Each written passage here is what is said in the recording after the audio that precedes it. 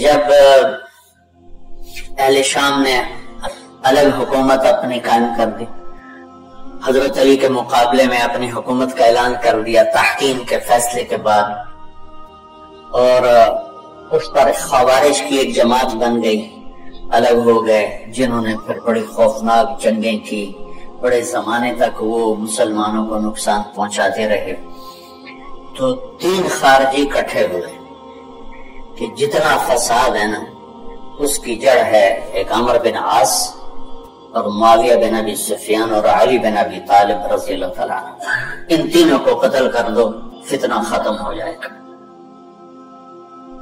تو عمر بن عاص اس دن آئے نہیں، تو مصر کے گورنر تھے، فجر کی نماز، تو جو ان کی جگہ آئے وہ مارے گئے، شہید ہو گئے۔ معاویہ رضی اللہ تعالیٰ عنہ پر اس نے وار کیا، لیکن وہ سر سے پھسل کے کمر پہ جا کے لگا اور کمر چھل گئی، لیکن اللہ نے زندگی بچائی۔ عبد الرحمن بن ملجم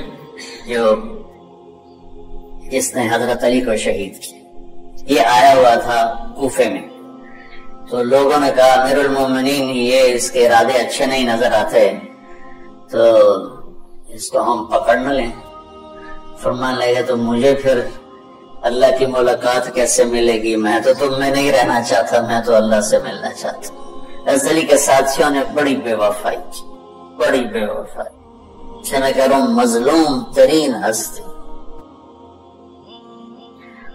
بسر بن ابی ارقاط نے یمن پہ قبضہ کر لیا شام کے لشکر کی طرف سے، اور حضرت عبید اللہ بن عباس رضی اللہ تعالیٰ عنہ کے 2 بچے اپنے ہاتھوں سے ذبح کیے جیسے بکرا ذبح کیا جاتا۔ آل رسول کے 2 بچوں، میں صنعاء میں اس مسجد میں گیا، وہیں ان کی قبریں موجود تھی۔ تو حضرت علی بے قرار ہو کے نکلے کہ چلو اہل شام کے خلاف جہاد کریں، اور باہر شہر سے باہر جا کے خیمہ لگایا رات کو۔ صبح دیکھا تو ایک آدمی بھی نہیں آیا ہوا تھا، اکیلے تھے۔ تو پھر بڑے دکھی دل کے ساتھ واپس آئے اور اپنی داڑھی کو پکڑ کر کہنے لگے تو کب رنگین ہوگی؟ ایک دفعہ بیمار تھے تو کہنے لگے یا رسول اللہ مجھے لگتا ہے میری موت کا وقت آ گیا۔ میں نے کہا نہیں، تیری موت آئے گی جب اس خون سے یہ رنگین ہوگی، جب تیرے سر کے خون سے تیری داڑھی رنگین ہوگی اس وقت تیری موت آئے گی۔ تو اس جملے کو یاد کر کے کہتے تو کب رنگین ہوگی، تو کب رنگین ہوگی۔ چونکہ ساتھ ہی ساتھ چھوڑ گئے تھے، شدید قسم کی بے وفائی کا سامنا ہوا۔ پھر آگے نسل ذبح، آپ نے حضرت حسین کا کربلا تو پڑھا ہوا، لیکن میں نے جو گلدستہ اہل بیت کے بعد میں نے جب پڑھا تو جو اس کمبخت ابو جعفر منصور نے آل حسن پہ ظلم توڑے، اللہ میری ہچکی لگ گئی روتے روتے۔ کہ ساری اولاد کو آخر میں پہلی دردناک سزائیں دی، دردناک سزائیں دی،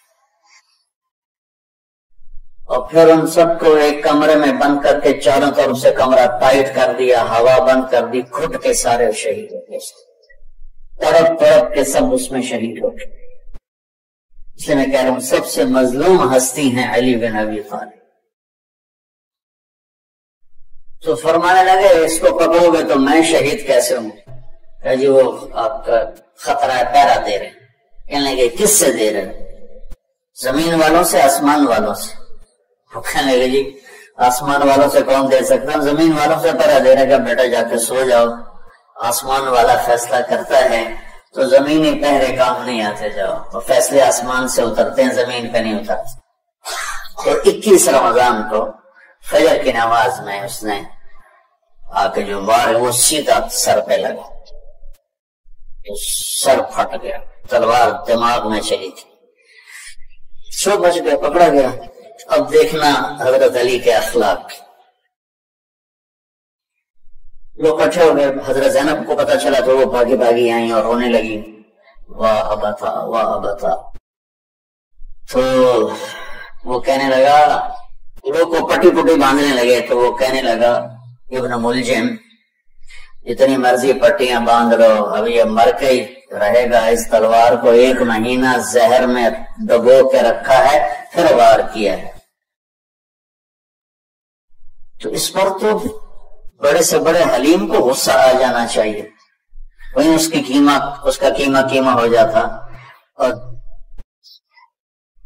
اور حضرت علی کیا کہہ رہے ہیں؟ بھائی اس کے لیے نرم بستر بچھاؤ، اس کو گرم گرم کھانا کھلاؤ، اسے ٹھنڈا ٹھنڈا پانی پلاؤ۔ اگر میں زندہ رہا تو میں خود فیصلہ کر لوں گا مجھے کیا کرنا ہے، اور اگر میں شہید ہو گیا تو پھر پہلی میری درخواست ہے کہ اسے معاف کر دے۔ یہ بتانا چاہتا تھا، اسے معاف کر، اور اگر اسے میرے بدلے میں قتل کرنا چاہو تو پھر اس کو تکلیف نہ دینا، بس ایک ہی وار سے اس کی گردن اڑا دینا، اسے تکلیف نہ دینا۔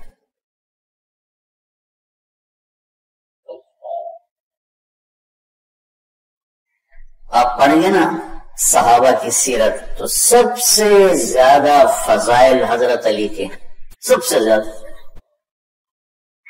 مقام اور مرتبہ تو ویسی جیسے خلفائے راشدین۔